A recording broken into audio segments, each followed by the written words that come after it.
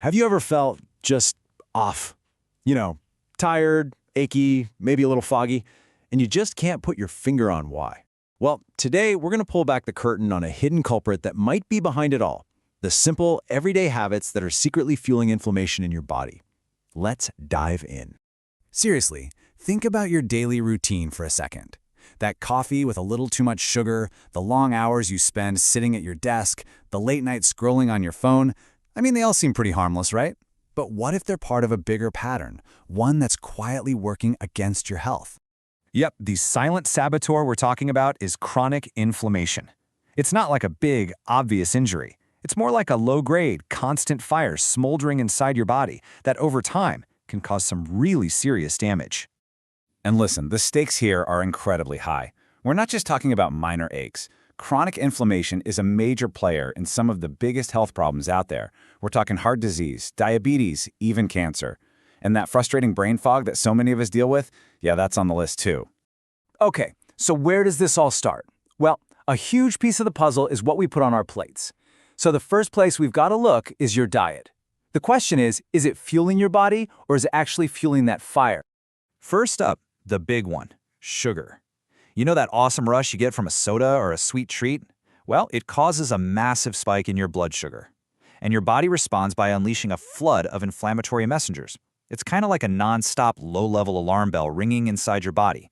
And eventually, that alarm starts to damage your blood vessels. Next on the list are processed and fried foods. These things are usually loaded with unhealthy fats that create something called oxidative stress. The easiest way to think about it, it's basically like rust, but on a cellular level inside your body. And that's a huge driver of inflammation. This is exactly why cooking at home with healthy fats like olive oil is such a game changer. It puts you back in control. And this next one builds right on that last point. I'm talking about processed meats, things like sausages, hot dogs, and deli meats.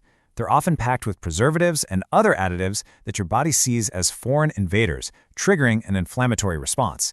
It's no wonder they've been linked to a higher risk of diseases. Choosing fresh protein is just a much smarter way to go. What about salt? You know, a little is fine, but too much can really throw your body's fluid balance out of whack and directly ramp up inflammation, especially in your blood vessels. This also puts a ton of strain on your heart by raising your blood pressure. A super easy and way more delicious swap is to start playing with herbs and spices for flavor instead. And to wrap up the diet section, let's talk about your gut. It's an entire ecosystem in there, home to trillions of bacteria. When the good guys are happy and well-fed, they help keep inflammation down all over your body. But a diet that's low in fiber basically starves them out, letting the bad inflammatory bacteria take over. And trust me, that mess doesn't just stay in your gut. All right, but it's not just about what's on your plate. Our day-to-day lifestyle habits can be just as powerful when it comes to inflammation. So let's get into those next. Oh, this one is a modern-day plague, sitting too much. When you're parked in a chair for hours on end, your circulation just grinds to a halt, and these little inflammatory markers in your blood actually start to climb. The fix is so simple but so effective. Just make a point to get up and move around for a few minutes every hour. Now, let's talk about something I think we are all guilty of neglecting: sleep. Getting less than 6 hours a night on the regular is a straight-up recipe for inflammation. Your body never gets a chance to fully power down and repair, so it stays stuck in a high-alert stress mode, which is just terrible for your immune system. So what's the magic number we should be aiming for? It's pretty clear: 7 to 8 hours of quality sleep a night.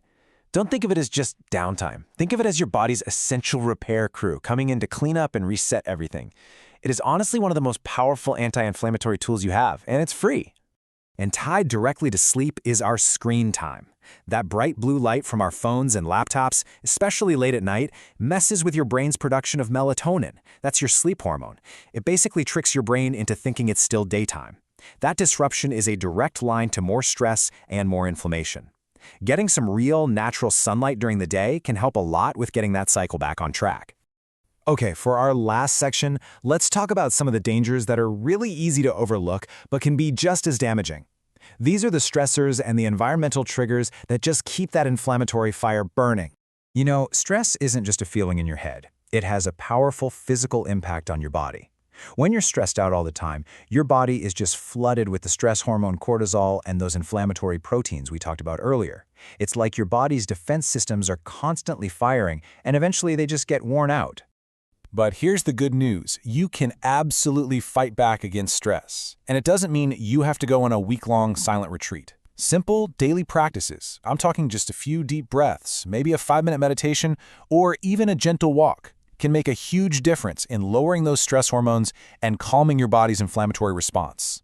And finally, we have to talk about a habit with absolutely zero benefits: smoking. Every puff introduces thousands of toxic chemicals into your body, causing immediate and severe inflammation in your lungs and blood vessels. And it's not just if you smoke. Being around secondhand smoke is incredibly harmful too. The only good choice here is to just stay away. Period. So, after looking at all these different habits, from our diet to our daily stress, the big question is, what now? This is where we pivot from just understanding the problem to actually doing something about it. It really is time to take back your health. This quote just says it all, doesn't it? Inflammation is silent, but its effects are dangerous. You might not feel it happening moment to moment, but underneath the surface, the damage can be very real, and it adds up over time. But here is the most important takeaway of all. This is not about a total, radical, overnight life makeover. That's not realistic. The truly good news is that small, consistent, daily changes, like the ones we've just talked about, can have a massive, positive impact on cooling off that inflammation and protecting your health for the long haul. So I'll leave you with this one final question to really think about. Looking at everything we've covered, the food, the sleep, the stress, what is the one habit, just one, that you can commit to changing starting today? Your future self will definitely thank you for it.